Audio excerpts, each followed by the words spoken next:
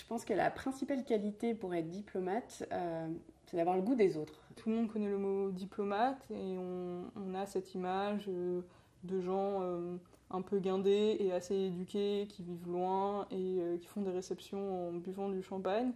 La première des qualités, c'est l'ouverture d'esprit, savoir s'adapter à n'importe quel environnement, savoir imaginer les ponts qu'on peut tisser entre la France et le pays dans lequel on est envoyé, et d'être curieux.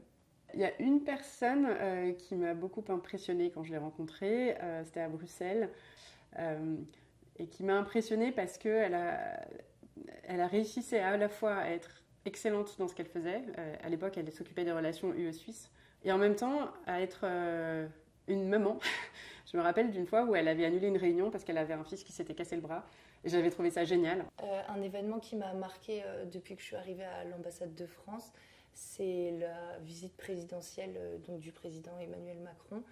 C'était quelque chose qui était assez intense pour nous au niveau de la préparation, également pour la gestion du stress. Ça nous a permis de découvrir tout le protocole et les questions de sécurité que ce genre de visite nécessite. J'ai accueilli des classes d'étudiants en cinéma pendant la Berlinale au sein de l'ambassade qui ont découvert mon métier, qui ne savaient pas que ça existait et qui ont découvert que ça pouvait être une femme et qui ont découvert que ça pouvait être une femme issue de la diversité, comme on dit. Et ils ont été extrêmement enthousiastes à l'idée de se dire que c'était possible.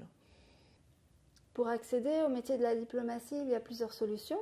On pense souvent au concours, mais on peut aussi imaginer postuler de façon plus classique. C'est ce que nous proposons au service culturel de l'ambassade.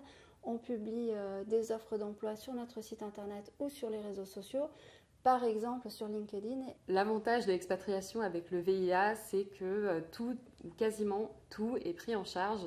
Et donc on peut partir dans le pays la tête libre de contraintes et vraiment vivre à fond son expérience à l'étranger.